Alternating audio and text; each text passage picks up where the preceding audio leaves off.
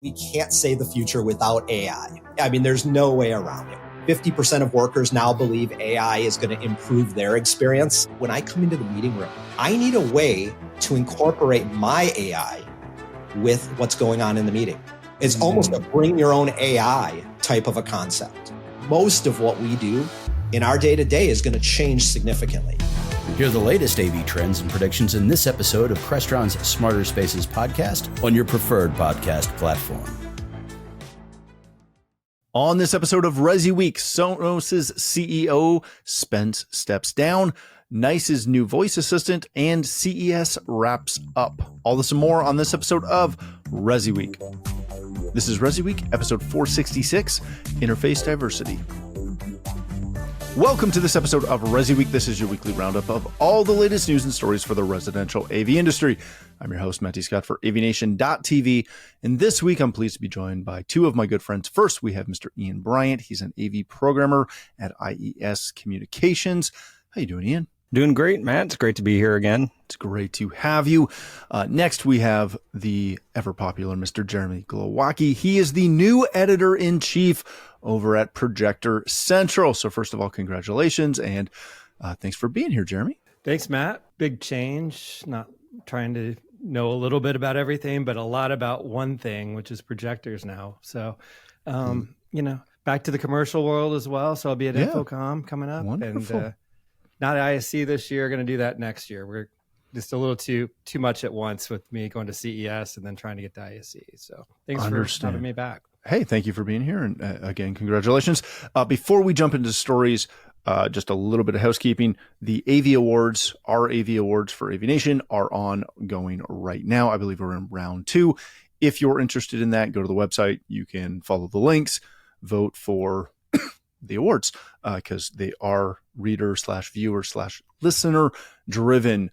And if you're lucky, I'll help announce them with Tim later on as soon as voting closes. All right, gentlemen, let's kick this off with a couple of stories. The first one being breaking news this morning. We're recording this on Monday, so it may not be breaking news for you when you're listening to this, but it's breaking news for us. Sonos, their CEO, Mr. Patrick Spence, is stepping down after the disastrous app launch and a couple other issues internally with that. This comes to us from The Verge.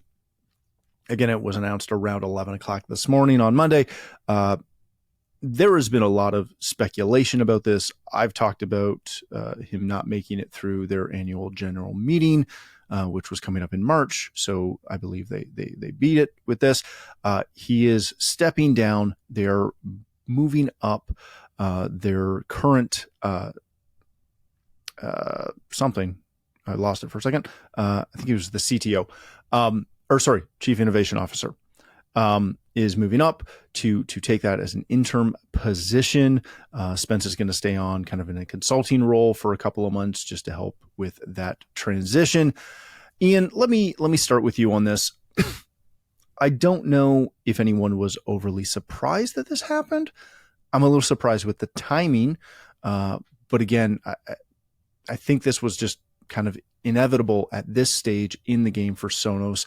What does this mean for Patrick? What does this mean for Sonos? New year, new guard? I don't know. I mean, timing is definitely interesting, but I mean, it's not surprising. We had been talking about this for a while now as a group, and I think the big question on my mind is, are they going to be able to repair some of the damages done, especially in the CI market with, where integrators have completely turned away from using the product and recommending it. I don't know what the future is going to be for Patrick. For Sonos, I think first is going to be for them to run interference and try and regain their footing, if any had been lost. I think it's going to be easier for the direct to consumer. There's not really many other options for the consumer, but the CI channel. There were a lot of players that were at CEDIA Expo this past year that were releasing competition or competitive devices and platforms to it. So Is it going to be something they're going to be able to backtrack and save? I think that's the biggest question is how much faith does the channel have in the new potential new guard coming in and taking over? I get what Ian's saying.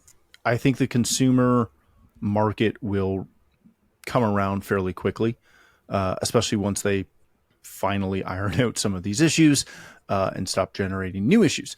But I don't foresee that being like this won't go on forever, right? For the CI channel, does the CEO of Sonos in this case, does it really have that big of an impact for the CI world if they bring in someone and they solve some of these problems and they continue to bring some new products, listen to us a little bit, the whole CI channel will get over this. Does the CEO really drive that conversion, or is it fix the product? Yeah, no, I don't think that it matters. I think he's a sacrificial lamb even for people that care about what's going on. And I don't think he handled this debacle with the app and the headphones rollout at all well. And clearly we've talked about that before. I think the company has to show that they've done something, extreme to do that. I'm surprised it took this long, but I guess, it's a big company and they have a process. So, I do think that for those who are really paying close attention, it makes it feel like there's at least some action to back up the mistake and the fact that he was the figurehead that didn't respond quickly enough. He should take the heat. But it's not going to change probably that much about the way the channel works with Sonos. I still think it's probably one of the more recognizable brands to consumers. Now, I know in CI, we always try to remove the brand from the solution. We're putting together a smart home solution, a custom integration solution. We're not talking about this product and that product and cobbling them together. It's all about the brand of the integration company that's doing the solution. So, but that again, Sonos can be like the way in, the path in to sell to a customer because they do know what Sonos is. Most companies in our channel are not as recognizable. When you get away from like the video, for instance, the Sonys of the world, that type of thing. So I think they play a very important role in creating visibility for what is integration. For those who have never heard of it, have the money to spend on it. And I do think that a lot of integrators still think that Sonos makes the best sound bars. They provide, great solution for audio. Then, we just have to get past the app thing. I was at the Sonos booth at CEDIA and they were rolling out their commercial speaker line. And it seemed like a bunch of I'll say fanboys, but there was like a lot of enthusiasm there. It wasn't like the pitchforks and the pickets torches were out, like I kind of expected that actually when I went over there, but people were just acting like everything was normal. So I think there's a lot of forgiveness there for those who have like real business relationships with that company and the integration channel. Yeah, that's a great point. Before we move on, I'm officially throwing my hat in the ring to be the new CEO. I will bring them to much better levels than they were running before, if you can tolerate another Canadian as CEO. But again, happy to help. I feel like I've got a good handle on the situation. I do think it's interesting that it took as long as it did.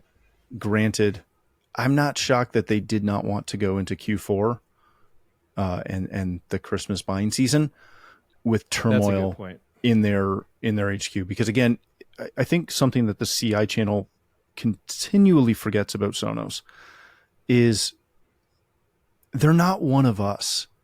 They're a publicly traded company, and they have to deal with things because they're a publicly traded company in a manner that your, favorite custom integration world speaker manufacturer doesn't have to. There's a different ballgame that they have to play because of that reason, or because of their status. And I think that is overlooked way too often in the conversation about Sonos, where so many of our CI friends get on their high horse about, ooh, I need something that's better than this.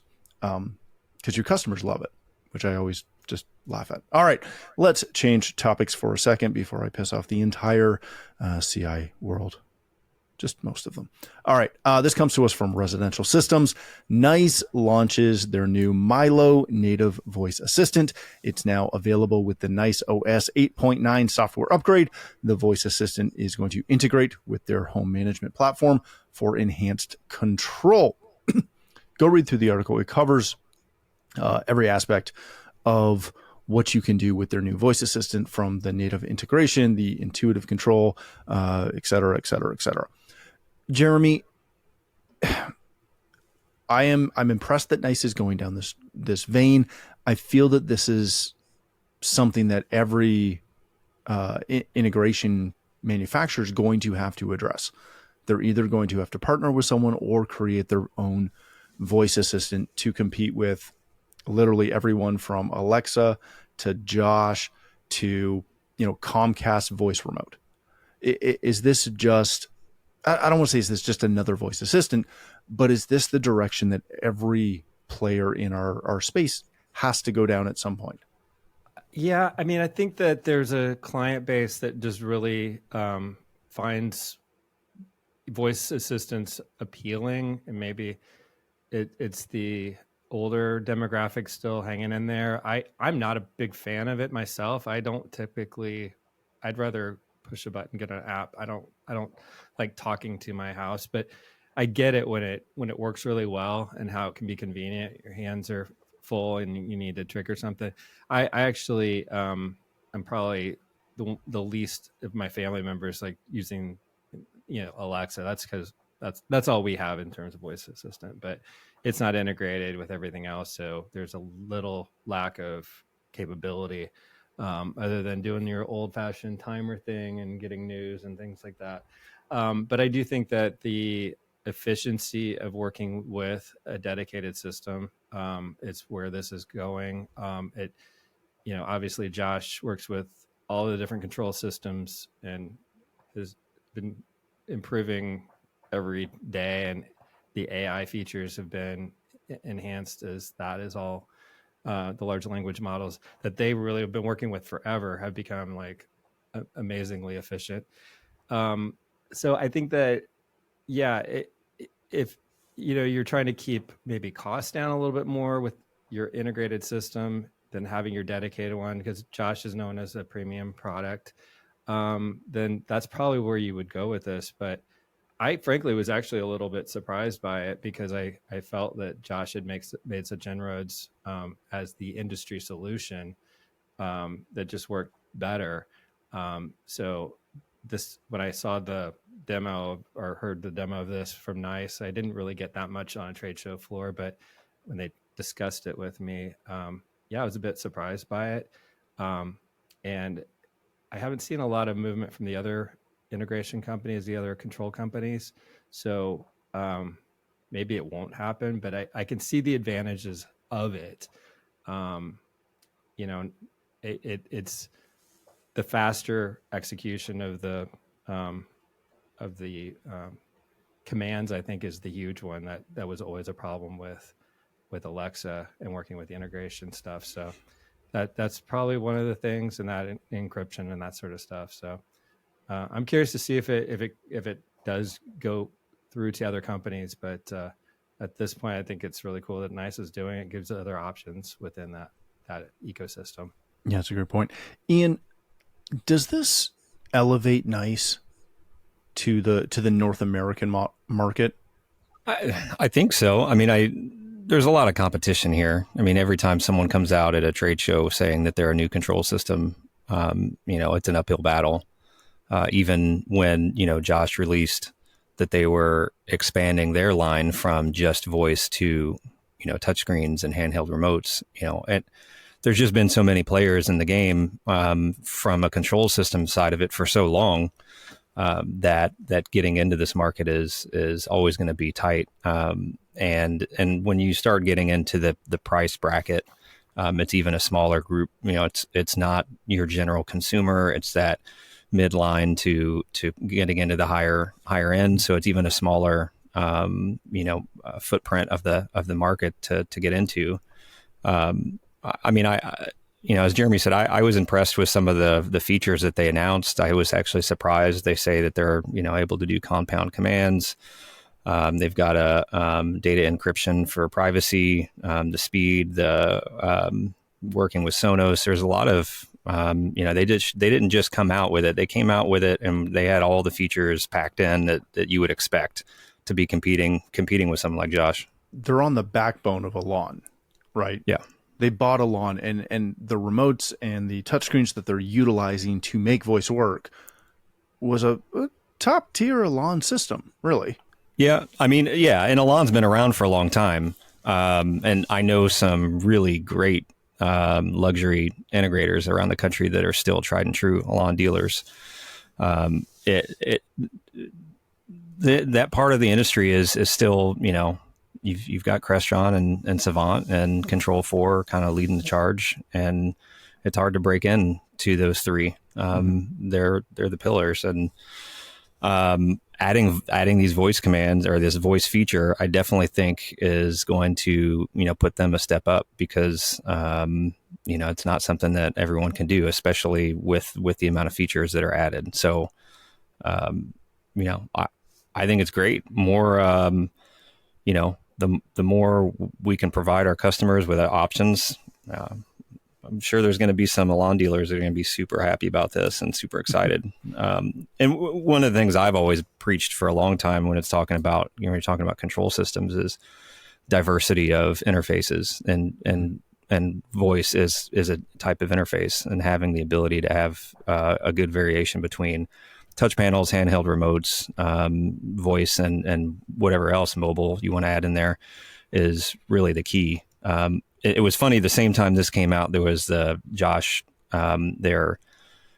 year of commands, the top 10 commands that they sent out. And I think it's pretty apparent that a lot of the commands that people are asking are when they're in situations where they don't really want to have a device or a mobile device or something in their hand. It's like when you're in bed, getting into bed or getting out of bed, or when you're in the kitchen or in the bathroom, or you're somewhere where it's something is very helpful to just speak it out loud and have something happen. And I still think that is the best use case scenario for voice, and it will continue to be and grow, over the years.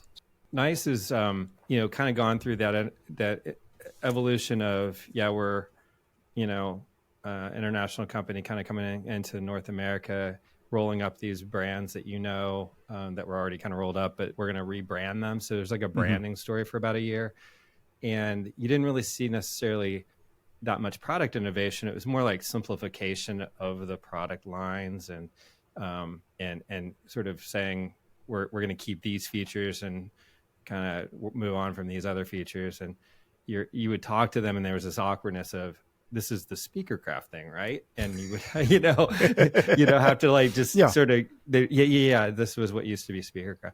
And so then, Elan, obviously a core to the whole thing with control, but to come out with this and have it so fully baked, I think is an impressive step in showing their engineering background and all of this, the capabilities they have as a company. So it's not just, kind of smoothing out the rough edges of existing products that they've acquired. I think this really was an impressive step, and it'll be interesting to see, where they go after this. Yeah, it'll be fun to watch what NICE is doing, because again, they're doing some interesting, innovative things. I like it.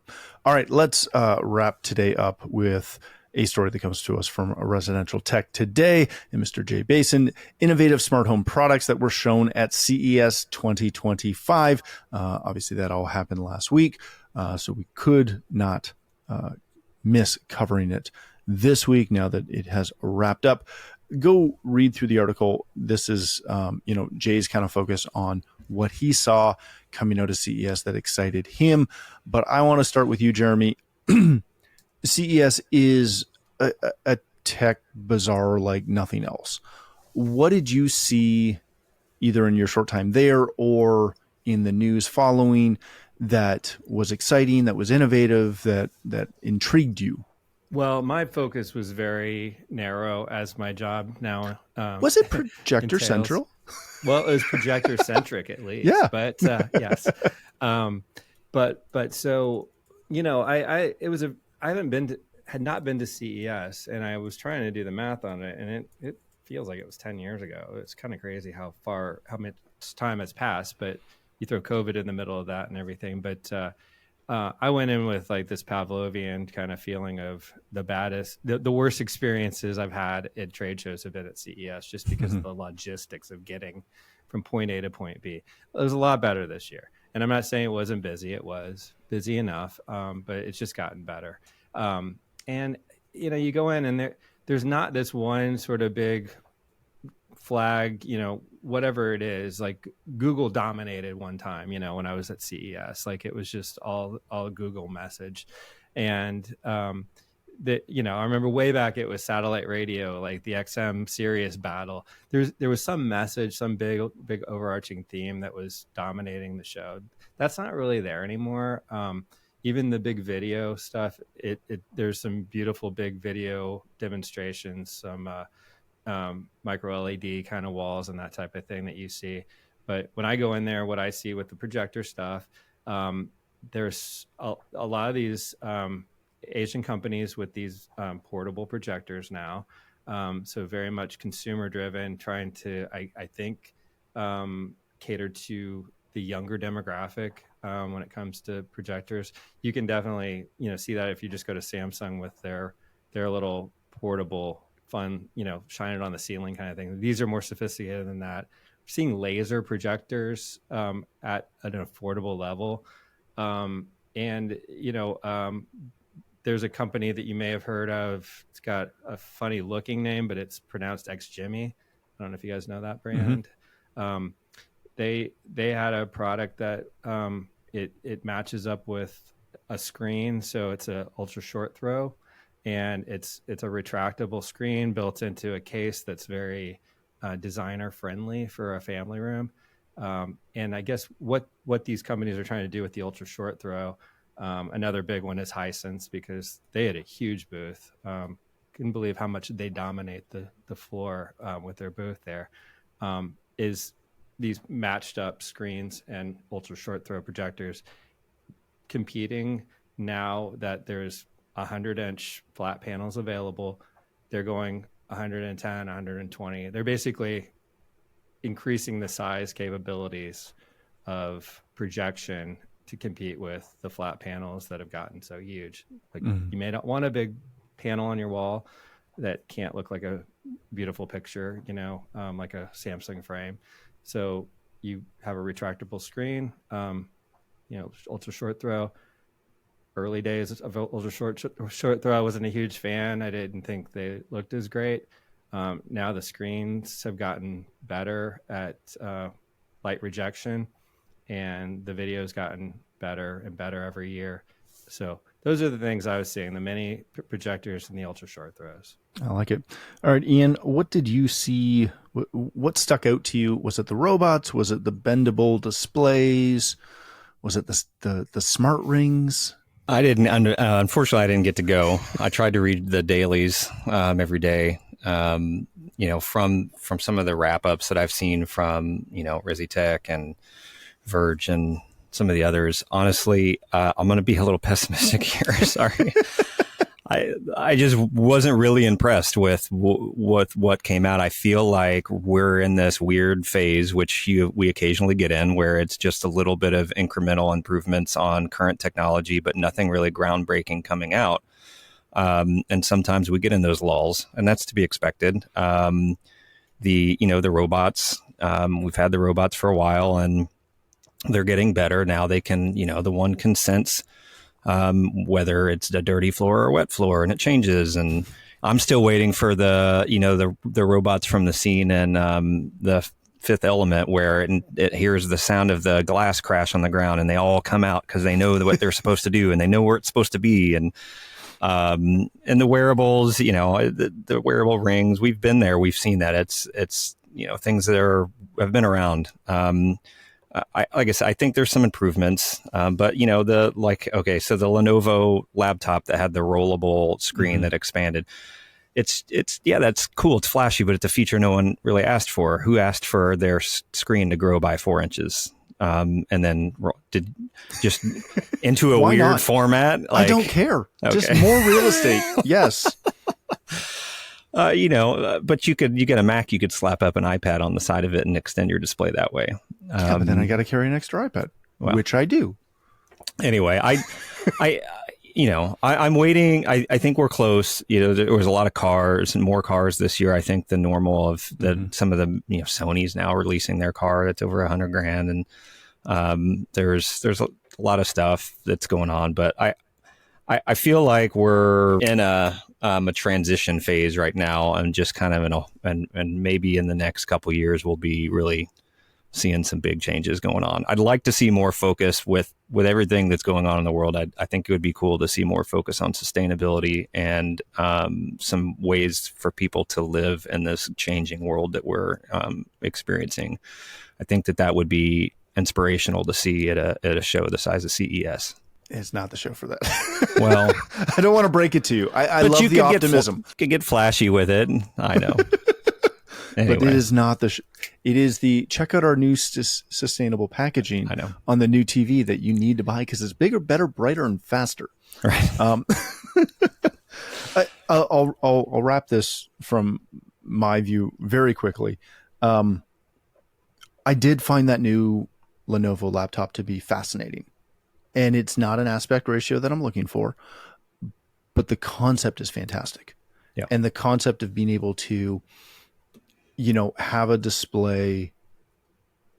I can't wait till it grows beyond the laptop. When this grows to something that is on the wall and I can have it be a 65-inch that fits perfectly, above my fireplace for daily viewing. But when we're going to watch the Super Bowl or the Indy 500, since you're both in Indiana, or whatever other golf event or, news event that we want to watch, you can go up and you can pull that thing into, a 98-inch. That will be fantastic. Or, that can transition to a, 235 to 1 or 240 to 1 aspect ratio instead of doing some sort of masking. The flat panel display actually changes its size. I can see that's pretty cool. That concept, the bendable LED that Samsung was showing in this itty bitty. Gosh, it reminds me of when Sony first debuted the OLED, and it was like a 14-inch display, right? If you're just watching, I'm holding up my hands like a postcard. That tech, I think, is fascinating to watch where it goes and how quickly it evolves. The robots creeped me out. I'm not going to lie. They just continue to creep me out more and more every time they show them. But that was kind of the gist of what I saw. The NVIDIA announcements were ridiculous, and their new home PC that is just a juggernaut. NVIDIA is going to take over the world, so they're doing their best in his alligator jacket. I love it. All right, we're going to wrap it there. Thank you both so much for joining us. Ian, if people want to connect with you, learn more about IES, where can they do that? You could go to our website at iescom.com. That's iescomm.com. Or if you want to get in touch with me, you can find me on LinkedIn. Just my name, Ian Bryant. Excellent. Thank you, sir. Jeremy, if people want to connect with you, learn more about Projector Central, where can they do that? Easy enough to go to projectorcentral.com, check out our reviews and our news, and find me on LinkedIn as well if you'd like, or email Jeremy at projectorcentral.com. Excellent. Thank you again. Thank you all for joining us. If you'd like to connect with me, you can find me at Matt D. Scott on Twitter, X, every other social platform for the most part. But more importantly, please visit AVNation.tv, where you'll find this show as well as a wide variety of other shows with all the verticals that we cover. When you visit the website, please take a moment to check out our supporters. We are extremely thankful for their support and ask that you check them out as well. Thanks again for watching. That's all the time we have for this episode of ResiWeek, the network for the AV industry. What are you listening to? This is AV. This is AVNation. This is AVNation. Hi, this is Jennifer Goodyear and Erica Carroll from the Women in AV podcast, where we are encouraged by the incredible stories of women in AV. Listen in on fun, empowering conversations as we chat with inspiring women, breaking barriers and creating their own path in the industry. Check out Women in AV on avnation.tv or wherever you get your podcasts.